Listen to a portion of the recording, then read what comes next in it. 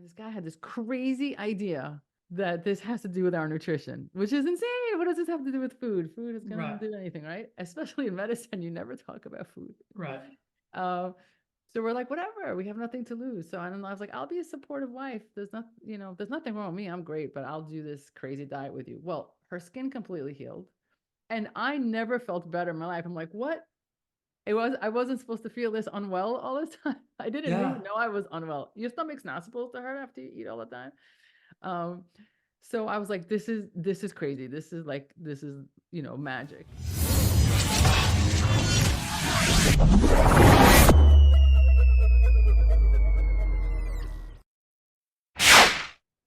Dr. Eve, welcome to the show. I'm so excited to talk to you today. We share so many of the same passions, and one of those being I love your theory or your belief that conventional medicine is just leaving a lot on the table because we're just treating symptoms and we're not actually getting to the root cause. So I like to jump in with a couple of fastballs. So let's start there. Like, have you always known that, or is this kind of like something you've kind of grown into as your practice as a doctor has kind of evolved? I love that question. I didn't always know that. And so now one of the things I do is educate other providers also because there's a lot of arrogance, right? Not purposeful, not malicious, but like myself, when I finished school as an NP, you think you know all the things. And if you don't know it, you have a place to look it up, right? I'm not saying that, everyone thinks they know everything, but they have a place. There's like guidelines and you look it up. And if it's not in the guidelines, then it's not a thing. And truly, truly, truly, you believe for a really long time that this is what it is. Again, no malice. Everyone really thinks that they're helping people, and they are, right? If you're sick, it's the right thing.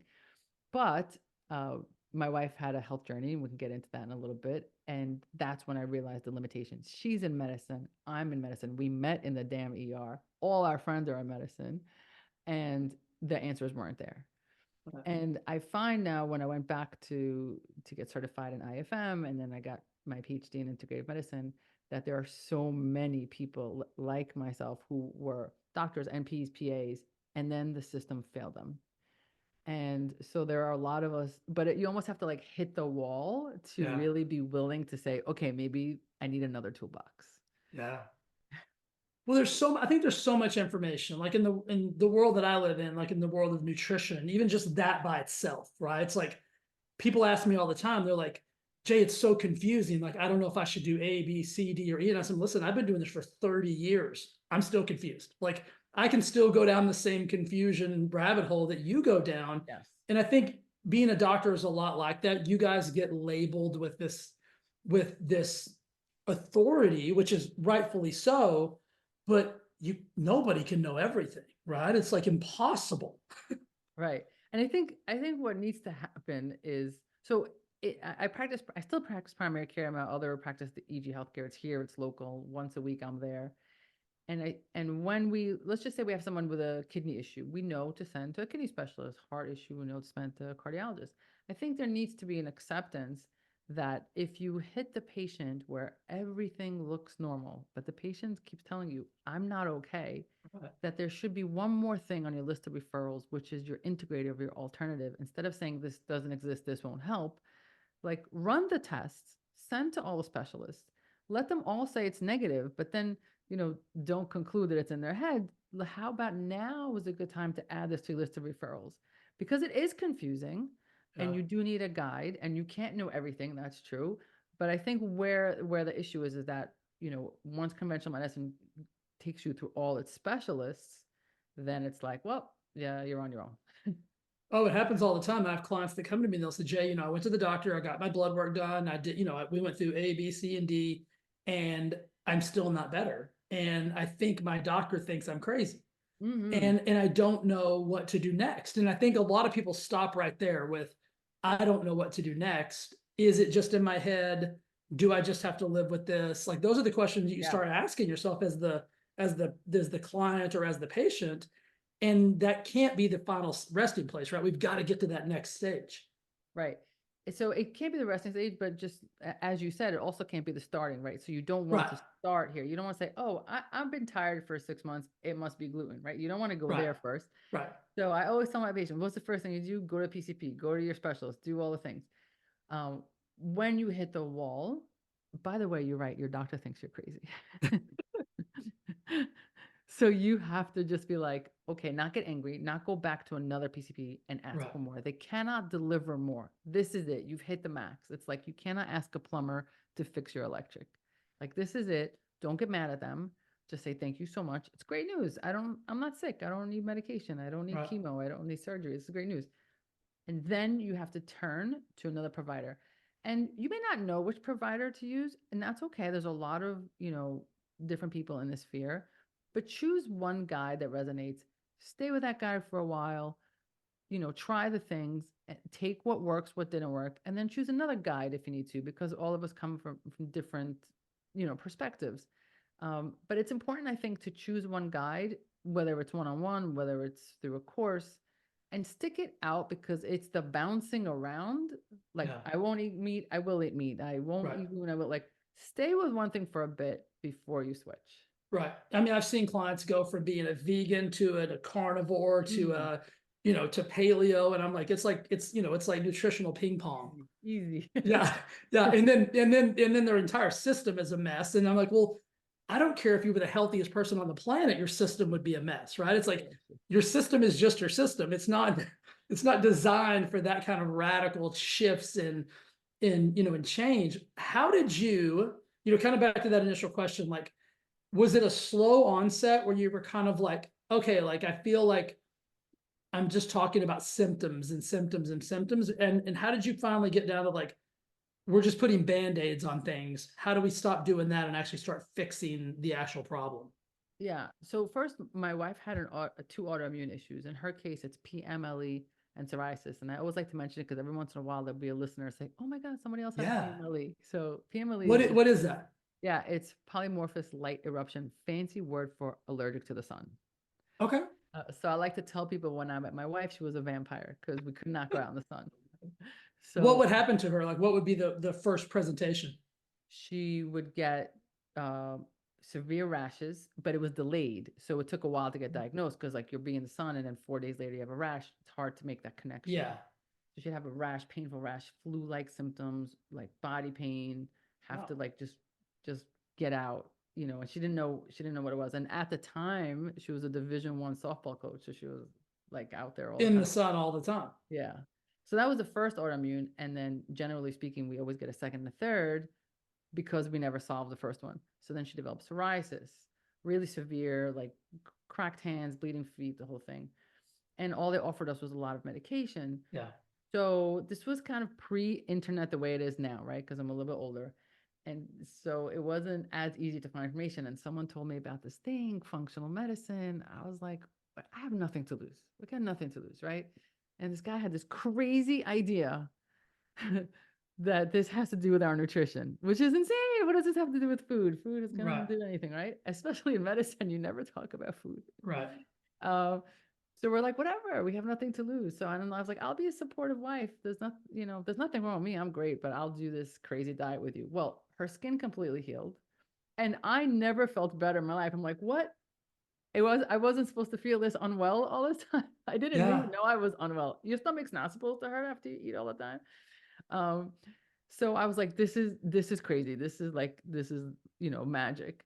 Um, so then I did like a course and then a course and really dabbled in it, try to bring it into my practice a little bit.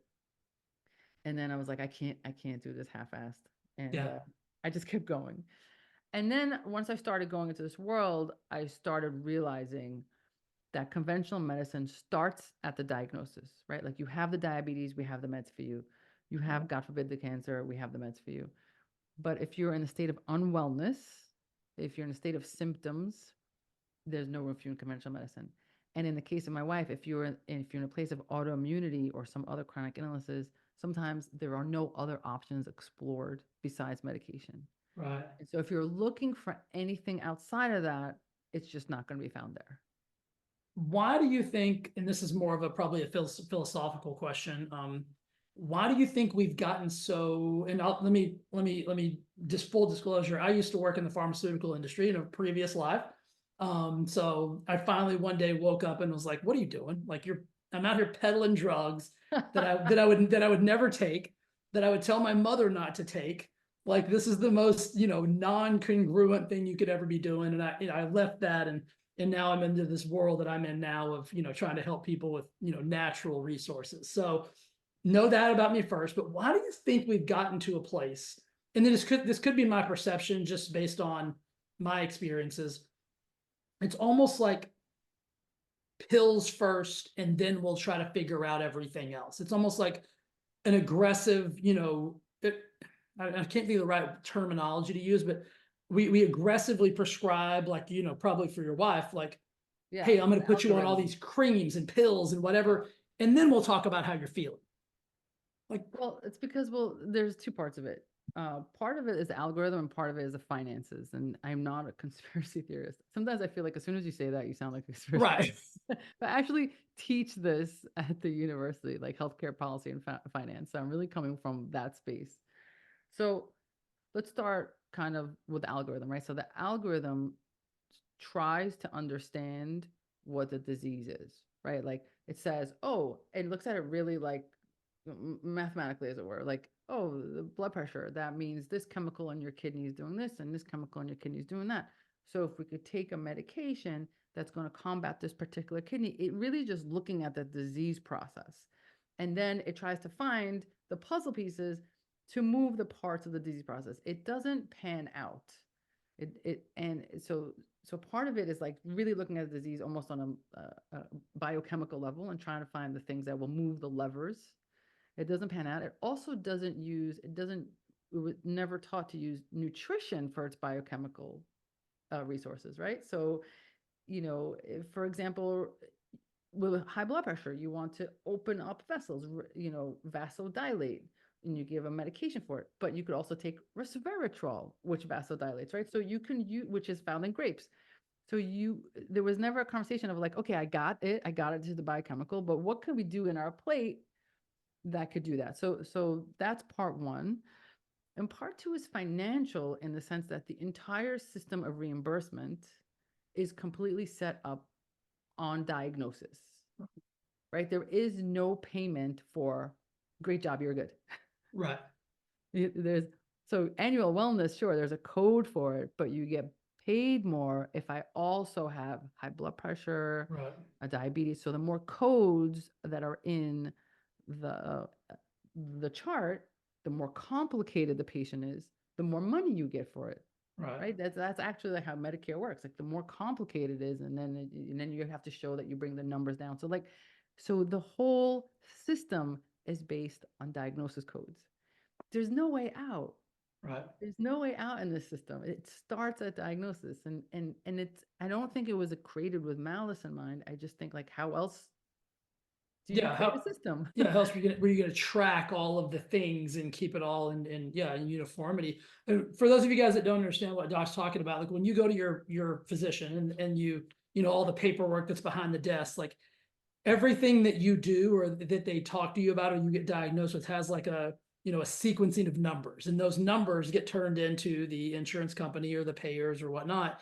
And that's how the whole reimbursement system works. So that's what she's referring to when she says the word like codes and things of that Yeah, nature. And if there's no codes, there's no yeah. Let me money. get. Right. Thanks for cueing me. That I need to explain that more. So Yeah. let me give a more concrete example. Like if you come to me and you talk to me about your sore throat, that's one code, like a pretty simple code. But if you come to me and you're talking about your sore throat and your blood pressure and your diabetes, that's three codes, right? Just to simplify it. So Right. now the doctor gets paid more. So the whole system is spent. And if I could show that in 3 months I've improved some of your diseases, we get paid for that too. So it's just designed, it's Yeah. designed to keep you safe. And I mean, most medical offices these days have a specialized person that just focuses on these codes and the assurance that the codes are being put in right and that they're being reimbursed right. It's a whole It's a whole thing. And It's a And business and a again, business. and again, it's right. There's no malice. I mean, the doctor No. deserves to get paid for their time, and Right. certainly talking to you about three things deserves more than talking about one thing. Yeah. But imagine a world where you get paid more to spend like 45 minutes talking to you. But like, well, why is it hard for you to, get your nutrition right? What's in your way of getting your nutrition right? Let's talk about that. Yeah. Come back to me. We'll talk about that more. That no, that doesn't happen. It can't happen Yeah. in the system. Right. Well, and also it's the complexity of the system, how it's set up. It's like if you go into most medical offices, it's just like it's one patient after the next, after the next, after the next. So there's no time to get into, hey Jay, tell me how you're feeling. Like, maybe you don't have time to talk about your feelings or your emotions or like you said, what did you have for dinner last night? Things of that nature to create the correlation. And so as to what you're doing now, those are probably more conversations that you've started having as opposed to when you were doing Sure. conventional style. Sure. So in the new method, which is my other company, it's coaching. I spend time with my patients. A Yeah. consultation takes an hour. They have a health coach. There's just so much more happening because we recognize that it's a whole different level of support. And then you may understand what to do, but then you go home and you look at your kitchen, you're like, and then you Right. have to feed your kid something else. Like, how do you navigate all that? Or you're going on vacation. Like, who's going to help you make all these new decisions in these new environments? So that's really how you move the needle on health. When you look at things like, and this is the world that I live in, right? Is like disease states like obesity, those types of things, diabetes, all of that. When you look at the numbers as they are today, I don't even know how old you are. I'll be 50 this year. So I've been doing this for a long time and I've seen the shifts and the changes in, you know, I'll say the size of Americans for lack of a better term. And it's on a trajectory that in my brain says this is catastrophic. And there's going to come to a point where we're not going to be able to sustain the level of disease states that we're going to be, they're going to be coming our way. When you look at those numbers, like how do you see us making a shift and getting those things to start going in the right direction as opposed to the wrong direction? I don't. I was hoping you weren't going to say that. I was like, because I don't either. I was hoping that you were going to be the bearer of good news. And I also want to add to I want to shift it away. Yes, obesity is a problem, but I want to shift it away just from weight and just say you could be not obese, but fully inflamed. 100%. Right, right. And then I know that's what you meant as well. It's just important I just want to make sure no one gets triggered, but I don't see it because the people like you and I are crazy. Right. Yeah. I say all the time, I'm a certified psychopath. Like, Yeah, don't, we're crazy. My wife and I going to a restaurant and splitting a meal and bringing some home Yeah. is insane. The portions are crazy. So like we're crazy, right? So don't I don't see it improving. I'm sorry. No, listen, I'm glad you're at least honest enough to say that. And that, I should have known being, from New York, that's the answer that I was going to get. You probably even PG'd it a little bit for me, because we're on a podcast, but okay. So let me ask you a different question, the same question, but in a different fashion. When you are addressing a situation like that, whether it's and I love how you said the inflamed state as well, because I mean, like, there can be somebody who looks theoretically healthy, Right. and that person could be an absolute disaster on the inside because of systemic inflammation. And I think that's really overlooked in the world that we live in today. But when you start addressing any of those situations, right? Like, how do you, because it really is, it's a shift in lifestyle, it's a shift in the way people think. Like, how do you address that from the beginning? Like, how do you start that process? Well, the easier part for me is that when people reach out to me, they're already kind of halfway there, right? Like they've already done some research, they've already are sick and tired of feeling sick and tired. And so they're halfway there, right? And that's important because people who are not there, I see plenty of people in primary care who are like, hey, I really don't want to make changes. In which case, I'm more than happy to prescribe things because I want to keep you safe, right? Yeah. So this is not for everyone. The people who are really resistant are really not even coming this way. So the person who's already kind of halfway there, they've made the call, they've made the consult, they're psychologically ready. And then it's really important to meet them where they are.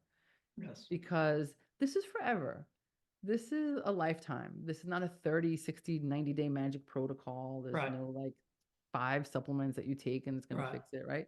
So some people, great, they're ready to go all in. God bless, that's amazing. But most people, it's hard. And so you have to have like conversations, right? Which require time. Like what are we ready to do? And what's your highest priority? You know, what's your highest priority? For some people, if they say to me, I really need this autoimmunity like reversed at all costs, we're gonna have to go pretty hard. You know, so it really depends on what the priority is and where they want to go. And then also being there for them. Am I allowed to curse? Yeah, I hope Okay. you will. Okay. Yeah. Also being there for them when they fuck up, right? because because Yeah. Because this they're is going to. they're going to, and you Yeah. have to be there and be like, great, amazing. I was waiting Yeah. for you to fuck up because this is not realistic to do this all the time. Right. And I need you to fuck up so we could, what did we learn from the fuck up? What was hard about it? How do we get, so like you need to be there for that too, because if you just, yeah, 30 days, everyone's great for 30 days. And then what, Right. right? Right. So the answer to your question is meeting them where they are, letting them know that there is no right way. It has to be super customized. Yeah. Some people actually need to be vegan. Some people actually need to eat Yeah. meat. Some people, like everyone's really different. Um, and then being there when they fuck up and letting them know they actually didn't fuck up. They were just human. 100%. I mean, people ask me all the time, like, Jay, what's the perfect this? And I'm like, if anybody gives you that answer, they're Run. a raging lunatic. Like, just Run. either Run. hang up the phone or walk out of the office immediately, because that answer doesn't exist, right? Because that's coming from the place of believing like there's some perfect model. And I say that all the time. I say, Jay, how should I eat? And I'm like, we have to answer a whole bunch of questions Whole bunch of questions. before we can even, before that's Yeah. even on the table. Like, I'm not even, that's Exactly probably right. that's probably like next week's conversation. So I think if somebody's ready for that, and I think a lot of people want we're such a quick fix society. Like, we want everything now, especially with, social media, and we look at all this fake stuff, and it's like, why Before and can't I after. why can't I live this life? Like, this person's living the dream. And I'm like, no, they're not. No, they're No, not. they're not. You don't even know what's going on. What do you think? Because I think about this all the time. It's like, when you get somebody that gets to you, right? They've made a few decisions to get to the place to get in contact with you. Has there usually been a tipping point of something? Is it usually like a disease diagnosis? Is it a family member that got sick? Like, what do you see that really gets people to trigger into that place? I love that question.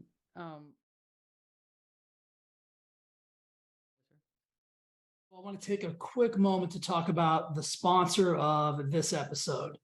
It is very dear and near and close to my heart because it is Lori's company, Spa Star. If you ever had the opportunity to watch someone create something from a thought or a vision and make this magical thing actually come to life, well, then you'll know why I'm so extremely proud of her and why I'm so excited to have her sponsoring the Thrive Forever Fit Show. If you've listened to my podcast, then you probably heard her on episode 259. If you haven't heard that, I would go listen to episode 259 as soon as you finish this episode.